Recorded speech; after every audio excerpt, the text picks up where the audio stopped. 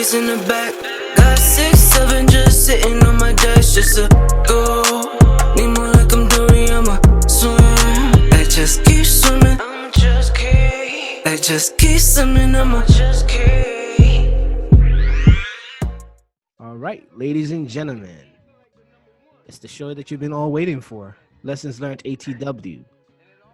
Week to week, we have been giving you content, and we won't disappoint this week, because this week we have another special guest. Let me talk about this artist. Yes, I already dropped the hint. He's an artist. He specializes in R&B, but he could surprise you with some rapping and some 32 bars, 16 bars, whatever you request for. He's based out of the Massachusetts area, and he has just put out his, I would say his brand new EP, Prolly. I was going to say his first EP, but I know he has put out other projects. But his brand new EP is out, Prolly. Ladies and gentlemen, we have the one and only Naeve. What's up, Naeve? Yeah, thank you for that crazy intro, man. I had to. First, thank you for having me on the show, bro. Man, it's a pleasure having you on this show. Little do people know, they know. I've had you not only on my show, this show, but I've also had you on a project that I put out 2 years ago, Young Elder, and you did an amazing job. You destroyed that "Who Are You" song, and I've been a fan of your talents years before that, and how we linked. Oh man, we linked, vibe, we understood each other, and we went straight forward to creating. Naeve, I would kindly like you to, I'm requesting, by the way, to share with the audience your history and who is Naeve. Just share with us so they can get to know you better. Or more. No problem, man. So, like, to start off, I have to mention my mom's, because basically the story starts off with her when we're talking about music. So when my parents split, she went to Portugal and took me with her, and I was with her only from the age of like a baby to 4 years old, and that's like the only time I really spent with her. So that's the only time that I have really strong memories of her. So her being a singer, I watched her go to practice, be at home writing and practicing. She'll take me to watch her perform sometimes, and, you know, that experience was the only exposure I had to music at my early time. And I left her and I go to Bird. That's a little island. Well, there's 10 islands total, but only 9 are inhabited. I don't know. So my words tripping up right so there. you said Cape Verde. You're Cape Verdean, right? By origin. Yeah, I'm Cape Verdean, man. I'm from I was gonna say Fogo. I'm definitely from Praia, man. But Fogo, I love their food, so I have to put them in. But the story starts off with her, and that's the only time that I was exposed to music growing up. So I never actually thought about being a music artist. I never even knew that I could be a music artist, to be honest. I just love to listen to music all the time, and I would listen to her all the time, man. And one day, randomly, when I was like, I had to be in my teens, just listening to people randomly take off, people who are now finally my age. Randomly, I'm just like, you know what? Why can't I be one of those people, and especially when I was writing my own stuff and I'm just listening to myself. I guess I felt like I couldn't, because really, when you talk to people, especially if like I'm coming back to this country when I'm 9 years old, so I didn't really speak English or whatever. It was hard to get along with people and stuff. So really, if you don't have any friends coming up or whatever, and it's hard to communicate with people, naturally you can't really and have people who are supporting you to build more, so trying to fit in, and you're failing at fitting in, so people are just kind of putting you more down. You're working backwards, but when you finally do start building up real relationships, I realized that, this is what I want to do, and there's no reason why I shouldn't just step forward and take that stand. Man, that's a compelling story. Being from Cape Verde, following your mother's Cape footsteps Verde. and being Cape Verde, and Yeah. following your mother's footsteps of being a musician, and uh, all inspired both by your mother and your peers who you so were doing this thing called music or being artists, and you just thought, man, I think I could try that. I could do something because I like music. I engage in music all the time. I listen to it and do those. I might as well just dwell. I mean, I might as well dive into it and partake. How would you describe your artistic style to someone that has not had the chance to listen to Naeve? Artistic style, man. Like, yo, to be honest, it's like being a kid. When I first heard form of rap, it was in my own language in the way, right? So I'm seeing that, and it was just a whole new sound entirely. They're finally cussing and stuff. So your parents don't want you to listen to that, but the more that somebody pushes you away from something, the more you kind of want to learn about it and see what it's all about. Absolutely. But I get into that exactly, and I'm coming to this randomly listening to Ray Charles all of a sudden, and now you see his movie from Jamie Foxx. I was stuck on that. When I watched that movie, I swear to you, that's when I decided this is what I want to do. This is what I'm going for. You know what I'm saying? When I see Ray Charles and Jamie Foxx, it's just like, a blind man could like chase his dreams like that and not let nothing stop you. Man, there's no reason you shouldn't try your best. There's no excuse. So after you get into that, now I'm seeing Lil Wayne and Drake, and that was the biggest change for me. Lil Wayne, to be honest, to really like wake me up. Lil Wayne, Ray Charles, Kanye, Kid Cudi was a strong. I was hard on Kid Cudi in high school. Like that's everything I listened to. Yeah, that's crazy, right? And then when you start getting into stuff with R&B, it was already like Usher. I always listened to Michael Jackson, of course. Before I even came to this country, it was more so listening to that. Universal superstar. Yeah, but this dude. So I'm just listening to all these different sounds in general, and then when I decided to make music, it wasn't more so about what genre I wanted to do. It was more so about, look at all these different sounds and these different genres, and I just wanted to be a part of everything that just, emotionally connects with you in order to just see what comes out of that creativity or that connection that you have with the sound I'm hearing in whatever genre it may be. I mean, that makes sense to me. I mean, like how you have put all these different genres together to finally compound this artist that you are, or finally to amalgamate everything and bring it together and just become this person that you are. And it's very evident by your style, because when I listen to you, I don't see anything out there that is similar to your style. I just listen to something that is dope and just fresh. And I mean, you're the only person I featured on a project because I felt like you're just bringing something brand new to my stage, or I felt like I just needed that on that Young Elder project. I needed the Who Are You verse and hook that you put together, and also you did the song structuring. I was like, I mean, I need that because of what you brought to the table.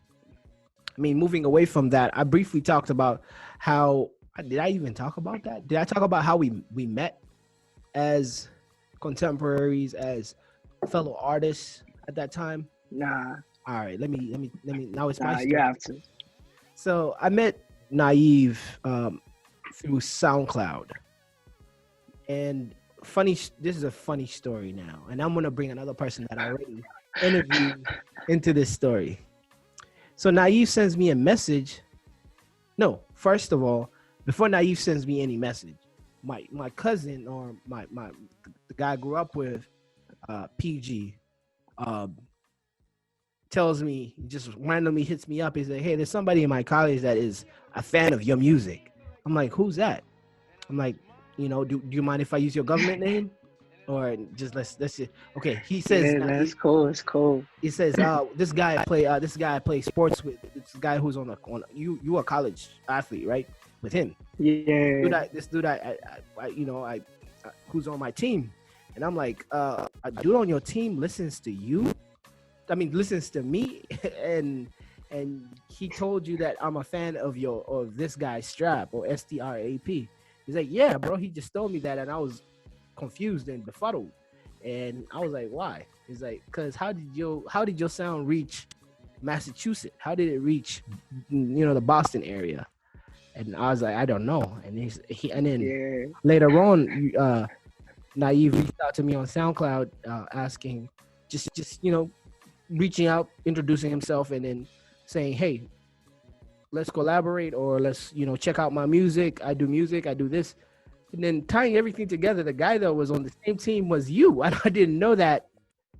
When we tied everything together, told me, I know your fam. I know PG.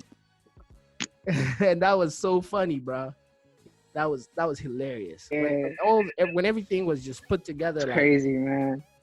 The guy on SoundCloud hitting me up, telling me, yo, this is a dope project. I think it was Futuristic Past, and that was like 5-6 years ago. And that same guy is now an R&B artist that is, sharing projects with me on SoundCloud, and just letting me know what he thinks, and then we ended up collaborating, and the rest was history. I mean, that was an interesting story how we connected, and now that we are now good friends and we talk a lot. And I'm so proud that you have this Prolly project, because I think this project right here is fire. From the first song to the last song. Yo, I'm not skipping anything, bro. That's crazy, man. The only thing I don't like is this is driving music, and I can't do anywhere with this. I mean, I just want to drive to this. Like, I just want to randomly drive and listen to your project, bro. The EP, that is. Anyways. It's crazy to get to that, man. Anyways, removing myself, I'm going to moonwalk myself out of this whole conversation and just ask you, do you have any notable collaborations that you've done ever since you decided to pursue being an artist that you would want to share? Or, man, I gotta tell you, I haven't been collaborating. It was always really just watching. If I'm watching other artists,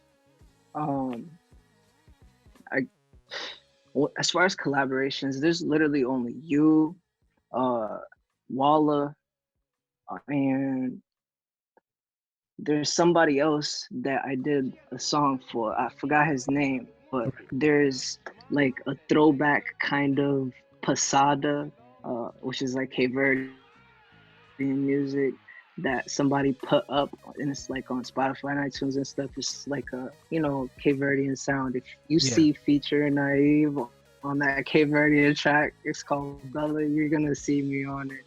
And it's funny because it's like throwback music. It's not what showcases like, oh, look at this Kizomba track, but it does vibe, man. But it's crazy to see how we met too, because it shows you how small of a world it is, and you don't really actually know how far your connections are just through knowing who you already know. And everybody does go all over the world, and then it's crazy how you just meet people, bro. Dog, honestly, if mics are on, mics are off, like I wish the world could listen to your sound and really appreciate the craftsmanship, the artist that you are, bro. And you write your own lyrics, you are song arranged by yourself, you do everything by yourself. I'm so proud that you still implement Cape Verdean words and cadences, even in an English type of way. And I'm just like, it's so organic, bro. Rarely do you ever meet anything that you find that is organic. And I just want the world to listen to you, bro.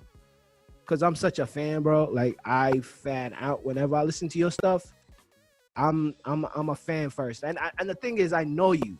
And unfortunately or fortunately, we all have friends that try to do this music thing that you may have to pretend to like their stuff just to give them confidence and motivation to just keep going. But seldomly do you have someone that is actually your friend and they're dope as hell. They're just dope. They nice. And there's no ways around that. You have to address it there. Like, bro, you nice.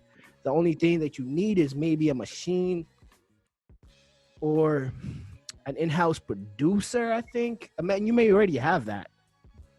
Because I know, shout out to, is it, what's the studios? LA Studios? La Serena Records. Shout out to Nando. La Serena, yeah, guy. Nando, yeah, right Nando. And I've worked with your engineer before, like trying to get the Pro Tools off what we were working on. And does he produce too? I'm sorry? Does he do production too? Does he make beats? Yeah, he makes beats, bro. He writes full songs for other artists. He does graphic design, does camera work. He does a lot, man. He's actually really heavy with his diversity. He does a lot himself. Are you signed to him? Are you signed to the record company, or you just partner with him and just work together? Yeah, we're partnered. And we just figure out how we want to work together. And it's been like that for years, and we always was able to just get along and communicate anything we wanted to do. All right, man. Hey, man, if you ever need anything off camera, man, just let me know. You need a battery. I know people. I mean, let's get this music somewhere. Let's put it somewhere. Moving away from the personal stuff, let's get back to the interview or the show. All right. So, Naeve, do you mind sharing with the viewership and the audience your personal ideologies? What's your personal ideology? What are the few things that you go by? A few things that I go by. We're talking about from like a moral standpoint. Just ideologies, things that just make you the special artist that you are, the standout artist that you are. You still there? Am I still in the car? Yep, you there. All right. There we go, man. So I do want to give you a thank you for that description you gave me, because like I always sought out to be myself. You know, I didn't know what it means to really be different in the music that you put out, but of course I want it to be different. Everybody wants to be different. Well, not everybody, because you do hear a lot of people that say I want to be like this or that, or a lot of sounds that are alike. But for me, and when I say that, I heard sounds like Kid Cudi, like the biggest thing, Kid Cudi and Kanye West, especially like coming up in the early days with the music was putting out. It's like you never heard anything that was just so different, challenging, or hearing words that challenge the very fabric of what you believe, whether it's like something that's kind of was offensive, you know, some things that you might even take to be offensive, you know. Sometimes hearing all these different. Sometimes you need to shake up stuff. Sometimes you just need that. I mean, like you need people that shake up stuff, just to wake us up and let us know the normal is just not the normal. Like you're being you're doing something off programming, and then automation happens. Like where you become automatic. Everything just goes into autopilot. Like you start to just do stuff, wake up, sleep, go work, do this.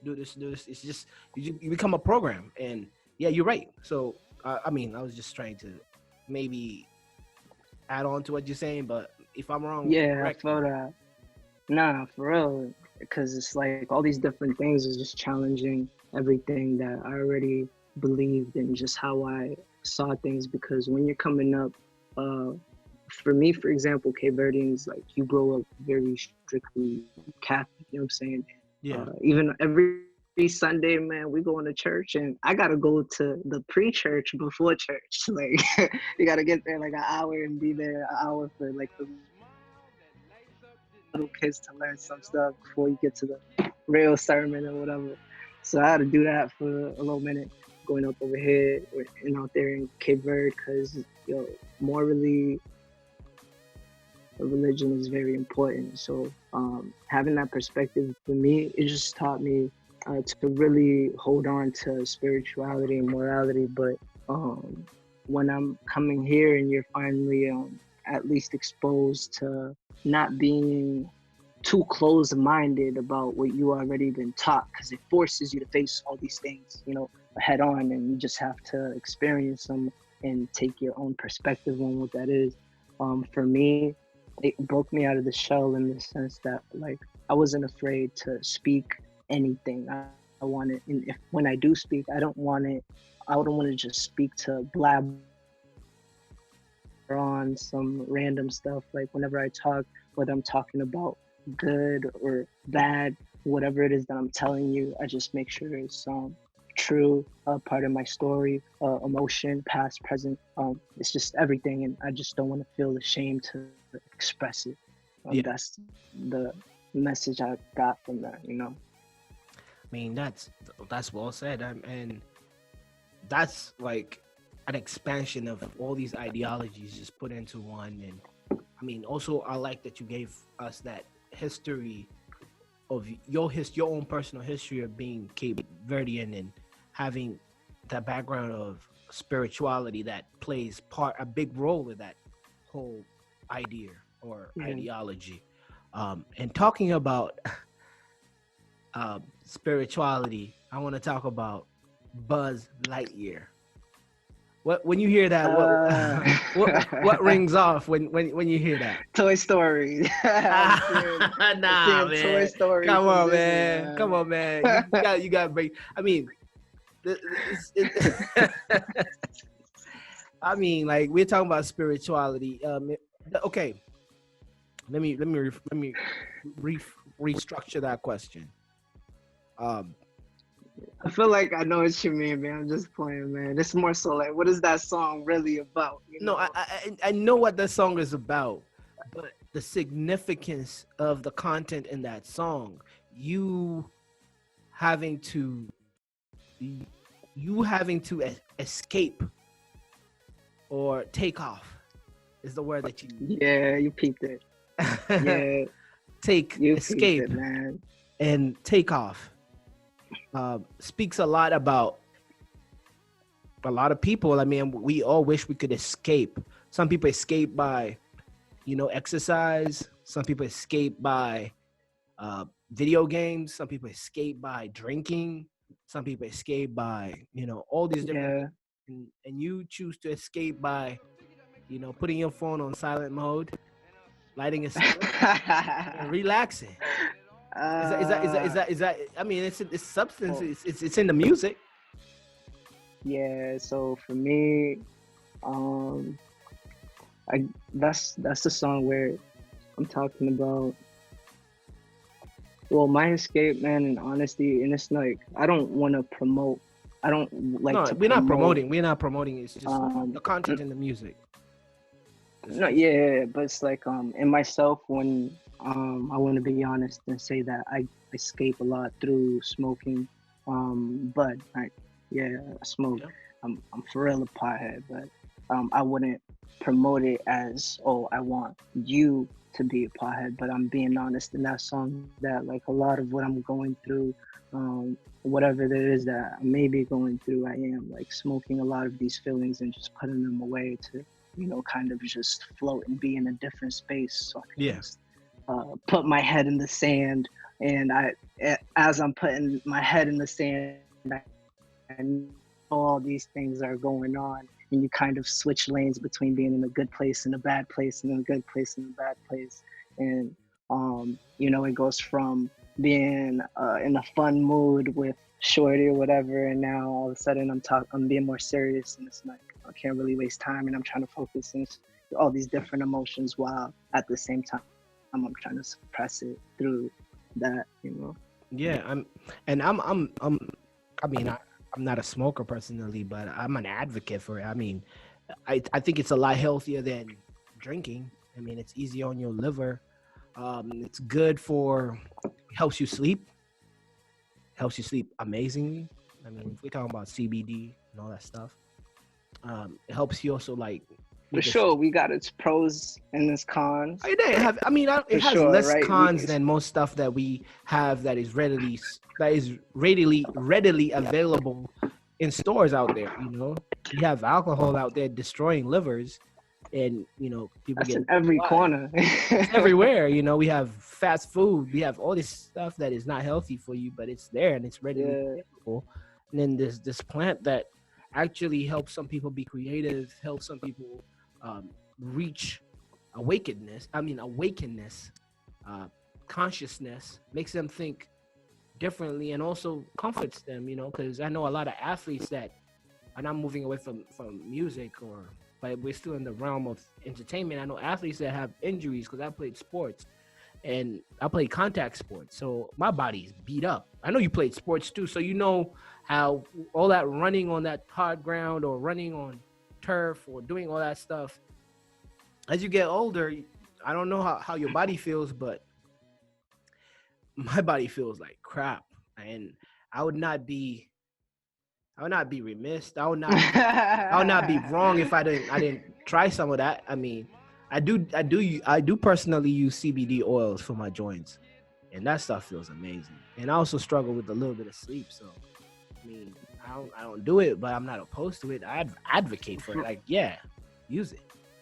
Especially if it's making you make good music, use it. Rather than, you know, people talk about drinking Henny or whatever, you know, in their raps, like, you know, sip, you know, bottles of Patron and whatever. Why not talk about, you know, you escaping and taking off? Right here. I mean, it makes you the artist that you are. And that's, you know, content. So, but anyways. Yeah, for sure, man. For sure. So now we're getting into the get to know the artist segment or area of the podcast or the show. So what was the last book that you read? If I ask when, what's the name of the last book that you read? Well, you're not into books. You're not a reader. I gotta be honest with you, man. I've never been a big reader. I've never been a big reader, but I honestly, that's something that I want to get more into. Even during the quarantine? As I realize how priceless knowledge is, man. I know, man. I know. And now there's the audio books. If you don't have time to like sit down, you can, you know, whenever you. That's like, crazy, right? I'm not. The audio books. All right, then I'll skip that. What's your favorite music album of all time? Something that you could play if you're stuck somewhere for like a few days, but you know it won't get old whenever you play it. Off the top,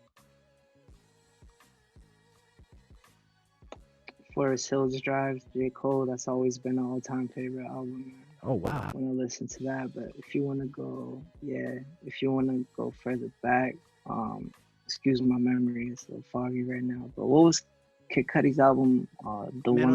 The first Pursuit of Happiness was in. Man on the Moon? One, yeah.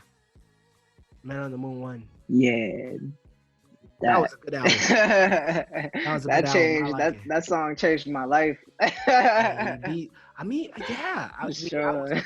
was a fan of the first album. I used to like the Soundtrack to My Life song. And also I like the Soundtrack to My Life. Yeah, I like the ABC. Remember that one? Bro. And then you had that one with Chip the Ripper. He had that one song with Chip, man. I have to go back and listen to that. I've not listened to the Kid Cudi Man on the Moon in forever, but I know. During your downtime, during this quarantine, what have you been doing?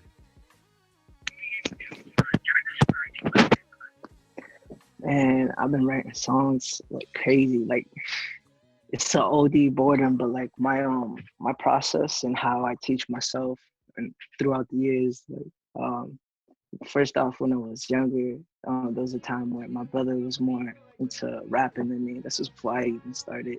That was the beginning of it too, in a sense, because he'll freestyle and do what he got to do, and he was nice at it. And then when he's done, he'll be like, you gotta go, and obviously I'm be shy and stuff, and he's good. I know I'm trash. Why am I gonna spit? Don't ask me to spit.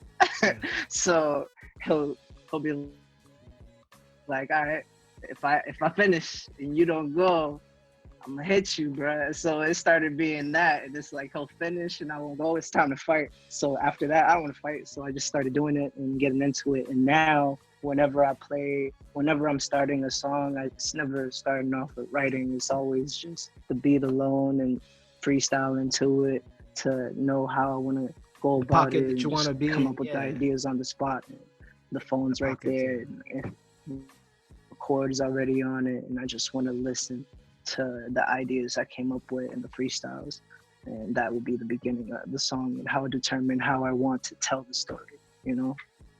Absolutely, man. All right, so we will close off the podcast with. Yeah, I'm here. You hear me? Do you hear me? Now I can hear you.